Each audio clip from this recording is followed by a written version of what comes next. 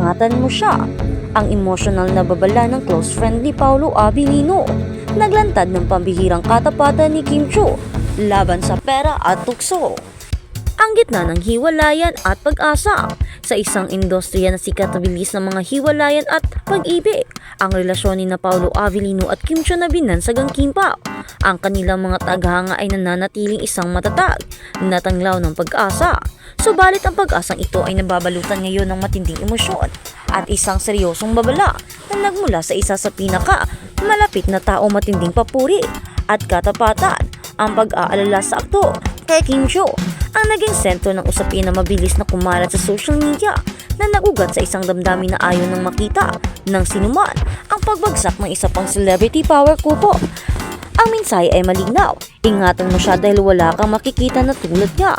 Ang pambihirang lina ito ay nagmula mano sa isang close friend ni Paolo Abilino na nagpahayag ng kanyang pag-aalala at paghanga matapos mabanggit ang naging hiwalayan ng isa pang sikat na personalidad na sinasabing pinagpalit dahil sa yaman. Ang kaibigan ay nagpahayag ng kanyang nararamdaman na masisiyahan siyang makita na nagtatagumpay ang kanilang relasyon ni na Kim Chiu at Paolo Abilino. Ayon sa mga ulat, nagkaroon umano ng seryosong pag-uusap ang magkaibigan kung saan binanggit ni Paolo ang kanyang kasintahan at ang tugon ng kaibigan ay puno ng paghanga at pagkilala sa halaga ni Kim Chiu.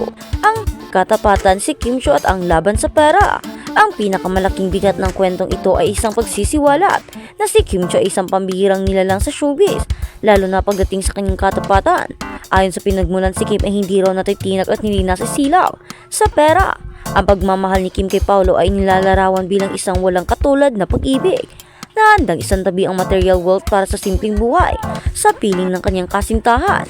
Ayon sa ulat ay nagbibigay diin sa isang nakakabiglang liti at kung ano pa mga problema ni na Kim Chiu at Paolo Abilino. Ito ay nagbibigay diin at nagbibigay pag-asa sa kanilang relasyon.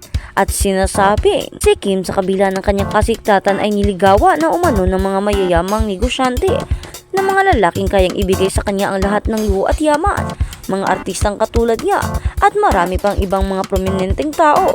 Gayunpaman, ang pagpili ni Kim Chiu kay Paolo Abilino ay isang matibay na patunay na hindi siya nadadala sa pera. Ibinahagi ng source na mayroon pang issue noon kung saan may kasabay si Paolo na nanligaw kay Kim. Isang mayaman na nagre-regalo para ngunit si Kim ay nagdedma at mas pinili ang pag-ibig at loyalty kay Paolo. Ang paglalarawang ito sa karakter ni Kim Chiu ay nagbigay ng bago at mas malalim na kahulugan sa kanilang relasyon na isang mundo kung saan ang status at yaman ay madalas na nagiging sukatan ng tagumpay. Ang desisyon ni Kim na manatili sa isang mas simpleng pag-iibigan ay nagpapatunay na ang kanyang pagkatao ay tunay at ang kanyang pagmamahal ay buo. Ang kaibigan mismo ni Paolo ang nagsabing, malamang napakaswerte talaga ni Pao kay Kimi. Loyal talaga kahit merong nanliligaw sa kanya. Deadma pa rin. Ito ay nagbibigay diin sa ideya na si Kim ay isang gintong alas na dapat pangalagaan. Ang kanyang katapatan ay nagmistulang isang pambihirang perlas na matatagpuan sa gitna ng karaniwan. Ang emosyonal na babala, pangamba sa kinabukasan. Ang pahayag ng kaibigan ay hindi lamang isang pagpuri, kundi isang malalim na babala rin. Ang emosyonal na panawagan na Paolo, ingatan mo yan si Kimi, ay nagpapahiwatig ng takot na baka ang kasalukuyang kaligayahan ng Kimpaw ay maging tulad ng ibang breakup sa industriya. Ang pangamba na ito ay nag-ugat sa nakita nilang paghiwalay ng ibang magkasintahan, ang sakit at bigati na dulot ng pagkawala ng pag-ibig. Ang kaibigan ni Paolo ay nagsabing ayaw niyang mapagdaanan ni Paolo ang parehong sakit na naranasan ng iba na nagpapahiwatig na ang relasyon ni na Kim at Paolo ay hindi lamang isang simpleng pag-iibigan kundi isang investment ng pag-asa para sa marami. Ang pahayag na wala ka nang makita na tulad niya na sa kanya na yung lahat ay nagbibigay bigat sa responsibilidad ni Paolo na pangalagaan ang kanilang pagmamahala. Ito ay isang paalala na ang pagkakaroon ng isang loyal at mapagmahal na kapareha ay isang biyayang hindi dapat baliwalain. Ang ganitong loyalty at rarity ay nagpapalabas na ang kanilang relasyon ay higit pa sa showbiz romance. Ito ay isang matinding commitment sa isa't isa. Ang pagpili sa tagu-taguan proteksyon laban sa basher. Ang relasyon ni Kim at Paolo ay kilala sa pagiging low-key at private. Hindi sila nagiging open to public sa kanilang mga ganap. Isang taktika na sinusuportahan ng kanilang mga tagahanga. Naniniwala ang mga netizens na tama lang na walang aamin kahit anong mangyari at mas maganda ang tagu-taguan.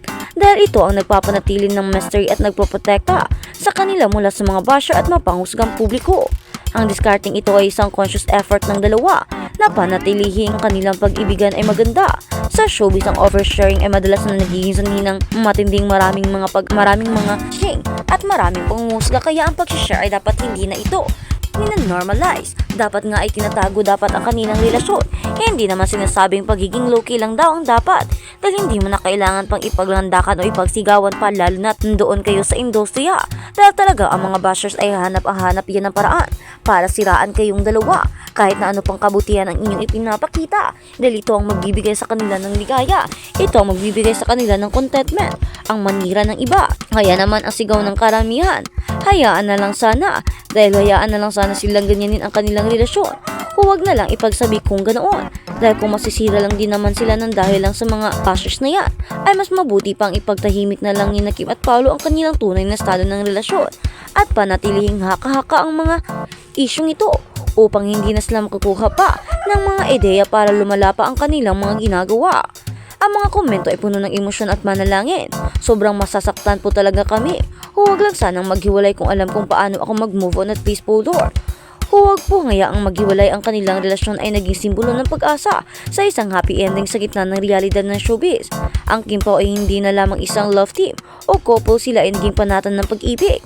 Sa huli, ang relasyon ni Paolo Avellino at Kim Chiu ay matagumpay na nakatayo sa gitna ng hype at pressure. Ang emosyonal na babala ng close friend ay hindi lamang isang paalala kay Paolo na ingatan si Kim, kundi isang nagpapatunay na hindi sa mundo na ang tunay matapat na pag-ibig ay umiiral pa rin sa kasikatan ng iba. Kaya naman sigaw ng karamihan, huwag po sana lodge. Ang pag-ibig na hindi na selos sa pera at handang maging loyal sa piling ng partner ay isang biyayang dapat ipagdiwang. Sa ngayon, ang buong showbiz ay nag-aabang, nagdarasal at nag-iingat sa kanilang relasyon, dahil naniniwala ang lahat na sila ang pag-ibig at hanggang dulo. At alam naman natin na ang pag-ibig na siyang tunay ay dapat ng pangalagaan, dahil hindi mo na talaga mahanap ang tunay na pag-ibig sa ngayon. O kung mahanap mo naman ay hindi na madali. At minsan nga, ang akala mong tunay ay yun pala ang magbibigay sa iyo ng sakit at gulo. At yun pala ay hindi totoo. Kaya naman sa mundo ngayon na grabe na ang mga anglalanan ng mga cheating issues, mas mabuting pangalagaan mo ang relasyong meron ka na alam mong loyal ang isang tao. Dahil kapag ito ang tiwala ay nasira at kapag sinaktan mo ito ay panigurado, hindi ka na makakahanap ng katulad nito. Tulad nga ng sinabi ng kaibigan ni Paolo Avellino tungkol kay Kim Chiu, na si Kim Chiu ay isang ginto, isang magandang biyaya na kanyang natanggap, at si Kim Chiu sana ay pangalagaan, dahil kapag ito ay nawala ay hindi na siya makakakita pa ng katulad ng Kim Chiu na meron siya ngayon. Kaya naman Paolo Avellino, intindihin mo at isaisip ang babala ng iyong kaibigan. Palagi mong pangalagaan ang inyong pagmamahalan, relasyon at si Kim Chiu.